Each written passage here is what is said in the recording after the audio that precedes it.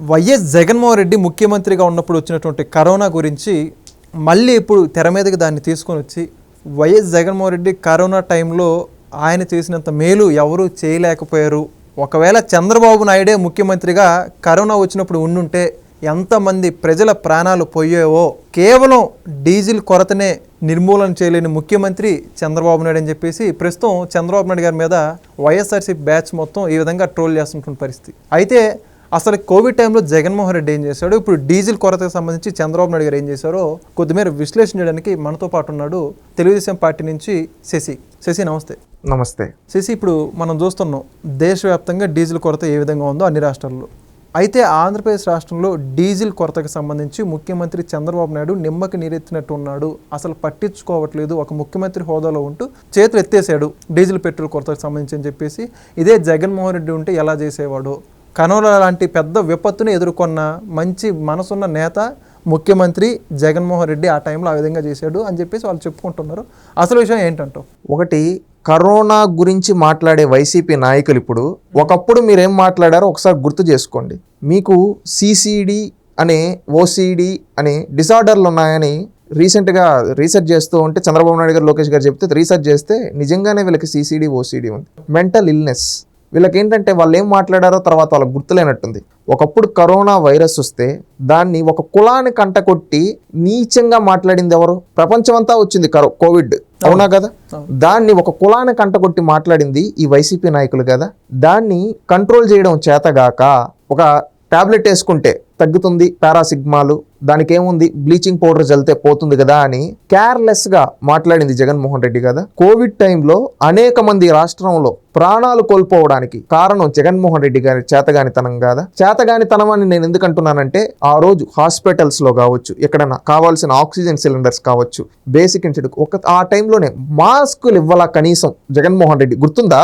ఆ మాస్క్ అడిగిన పాపానికి ఒక దళితుణ్ణి, డాక్టర్ సుధాకర్ని చంపేశారు. మేము 1 కోటి మాస్కులు 5 కోట్ల మాస్కులు ఇచ్చేస్తున్నామని చెప్పి ప్రకటనలు ఇచ్చుకున్నారు, కానీ ఒక్కింటికి వెళ్ళి ఒక మాస్క్ అన్నా ఇచ్చారా? ఇవ్వలేదు కదా. అది మీ చేతగాని తనం కాదా అని నేను సూటిగా అడుగుతూ ఉన్నాం వైసీపీ వాళ్ళని. అంతెందుకు, అప్పుడు నార్మల్గా అప్పుడు ఆ క్రైసిస్ ఉన్నప్పుడు మీరు చేతులు ఎత్తేస్తేనే కదా సెంట్రల్ గవర్నమెంట్ ఇన్వాల్వ్ అయ్యి ఇవ్వబెట్టింది. శ్రీకాళహస్తి నియోజకవర్గంలో ఆ రోజు మీ ఎమ్మెల్యే ర్యాలీ చేస్తే ఆ రోజు సెంట్రల్ గవర్నమెంట్ కోవిడ్ ఈడియట్, గుర్తుందా? ఈడియట్ అని చెప్పి ఈడియట్లతో మిమ్మల్ని పోల్చింది నేషనల్ మీడియా, వాస్తవం కదా? నేషనల్ మీడియా అంతా జగన్మోహన్ రెడ్డి వ్యాఖ్యల్ని ఏకిపారేసింది, వాస్తవం కదా? ఆక్సిజన్ సిలిండర్ లేక, అంబులెన్సులు అవైలబిలిటీ లేక ఆ రోజు చనిపోయిన వాళ్ళని తిరుపతిలో బండి పైన పెట్టుకొని పోయిన విషాద ఘటనలు మరిచిపోయారా అని అడుగుతున్నాం. ఆ రోజు ఎంతో కేర్లెస్, కనీసం ప్యాలెస్ నుంచి బయటికి రాకుండా తాడేపల్లి ప్యాలెస్లో తాను కట్టుకున్న కోటలో ఉండి ప్రజలు ఎట్లా పోతే నాకేంటి అని ప్రజలు అక్కడ చనిపోతూ ఉంటే ఒక ప్యాలెస్లో పొనుకొని ఆనందించిన జగన్మోహన్ రెడ్డి కోవిడ్ని పట్టించుకున్నాడా? సిగ్గుందా? బయటకప్పుడు ఎక్కడొచ్చాడు, ఎక్కడ పట్టించుకున్నాడు? వాళ్ళ ఎమ్మెల్యేలు ఎవరు గాలి కొదిలేశారు ప్రజలను ఆ రోజు, మర్చిపోయారా? వీళ్ళ చేసిన పబ్లిసిటీ స్టంట్లతో కోవిడ్ ఇంకా ఎక్కువ సోకి ఎంతమంది ప్రాణాలు కోల్పోయారు? వీటన్నిటికీ సమాధానం చెప్పండి. అంటే ఒక 3-4 ఏళ్ళు అయింది, జనాలు మర్చిపోయి ఉంటారులే అని ఈరోజు మీరు కవర్ చేస్తే దానికి మీరు పడుతున్న తాపత్రయం చూస్తే జనాలు నవ్వుతున్నారు. ఇవన్నీ గుర్తు చేసుకొని ఇంత చేతగాని పాలకుడా అన్నారు. ఆ రోజు కోవిడ్ వ్యాక్సిన్ వస్తే దాన్ని కూడా ఒక కులాన్ని కంటగట్టి మాట్లాడింది మీరు కాదా? చెప్పమండి. ఇవన్నీ జరిగిందంటే వాస్తవాలు కదా. ఆ రోజు ఆక్సిజన్ కొరత కావచ్చు, అంబులెన్సులు లేకపోవడం కావచ్చు, మాస్కులు ఇవ్వకపోవడం కావచ్చు, కనీసం హైజీన్కి సంబంధించి ప్రికాషన్స్ కూడా ఫాలో అవ్వకపోవడం కావచ్చు, జగన్మోహన్ రెడ్డి కేర్లెస్ వ్యాఖ్యలు కావచ్చు, వీళ్ళ లీడర్లు ఒక కులాన్ని కంటకొట్టి దాన్ని మాట్లాడడం కావచ్చు, ఇవన్నీ ఎట్టున్నాయి. ఇప్పుడు డీజిల్ కొరత ఇది అంటా ఉన్నాం. దీనికి వితిన్ 24-48 అవర్స్లో మొత్తం రాష్ట్రం అంతా సెట్ అయిపోయింది, అవునా కదా? జగన్మోహన్ రెడ్డి అప్పుడు ఎందుకు కంట్రోల్ చేయాల? మీరు చెప్పే భాషలోనే చెప్దాం, ఎందుకు కంట్రోల్ చేయాల? బుర్రుండే మాటలు మాట్లాడండి. బుర్ర లేకుండా నోటికి ఏది వస్తే అది మాట్లాడితే జనాలు నవ్వుతారు. ఈరోజు తెలంగాణలో కొరత లేదా? మీరు చెప్పండి కదా. ఈరోజు దేశం అంతా యుద్ధం జరుగుతూ ఉంది, కానీ మన రాష్ట్రంలో ఒకరోజు కొంతమంది, దీని వెనకాల కూడా కొన్ని కుట్రలు ఉన్నాయి. అంతెందుకు, వైసీపీ నాయకులు కొన్ని దగ్గరికి పోయి కొంతసేపు ఆపేయండి, మేము ధర్నా చేసుకుంటామని మొన్న భరత్ గారు వీడియో వచ్చింది. రాజమండ్రి ఎంపీగా కంటెస్ట్ చేశాడు, తర్వాత రాజమండ్రి ఎమ్మెల్యేగా కూడా కంటెస్ట్ చేసి ఓడిపోయాడు. రీల్ స్టార్ అంటా ఉంటారు ఆయన్ని. అతను ఏదో సినిమాలో కూడా చేసి నేను హీరో అన్నట్టు అతను కూడా మొన్న ఆటో ఆపి కొంతసేపు నువ్వు ధర్నా ఇస్తాం, ఈ డీజిల్ బాటిల్ తల మీద పెట్టుకో, ఈ టైప్ ట్రోల్ అయిపోతా ఉన్నారు. ఇంకొక అతను తిరుపతికి సంబంధించిన అభినయ్ రెడ్డి అనుకుంటా భూమన కొడుకు.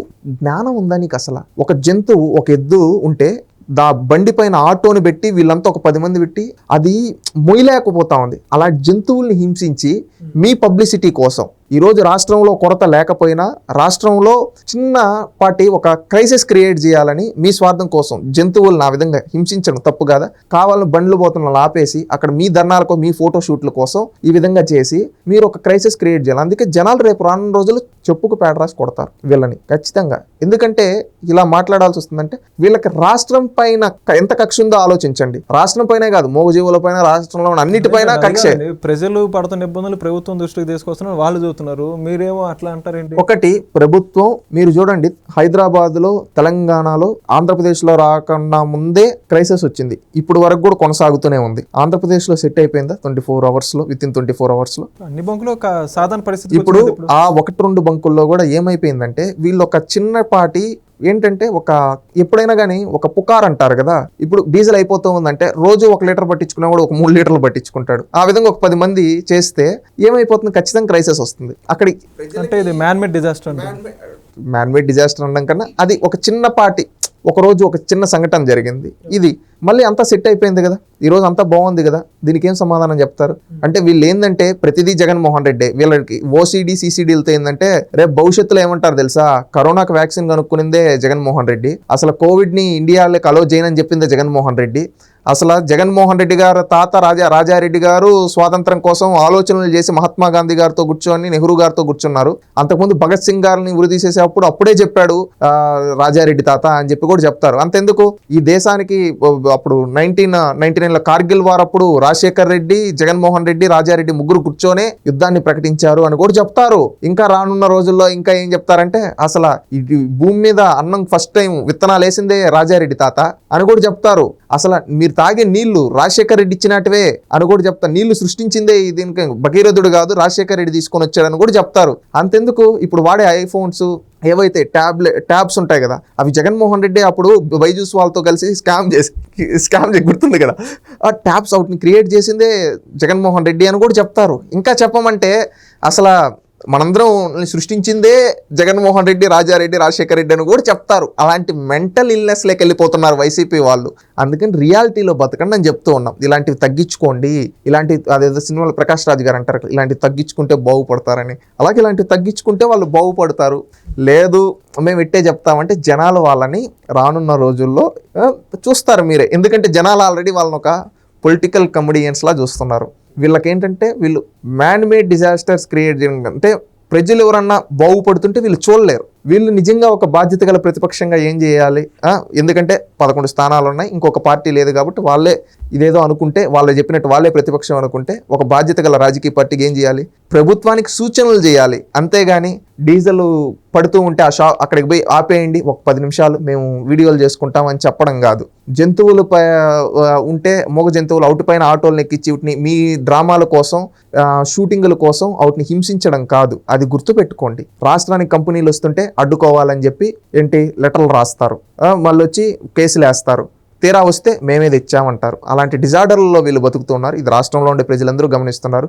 జగన్మోహన్ రెడ్డి ఉన్నప్పుడు కోవిడ్ అప్పుడు మీరు చూసుకుంటే ఎంత ప్రజలు ఎన్ని కష్టాలు పడ్డారో చూసాం. జగన్మోహన్ రెడ్డి చేతగానితనాన్ని ఆ రోజు నేషనల్ మీడియా ఏ విధంగా ఏకిపారేసిందో చూసాం. ఈ రోజు నేషనల్ క్రైసిస్ ఉన్నా కానీ ఒక బాధ్యత గల ముఖ్యమంత్రిగా ఈరోజు ఆయన వంతు చేసి ఈ సమస్యను చక్కదిద్దారు.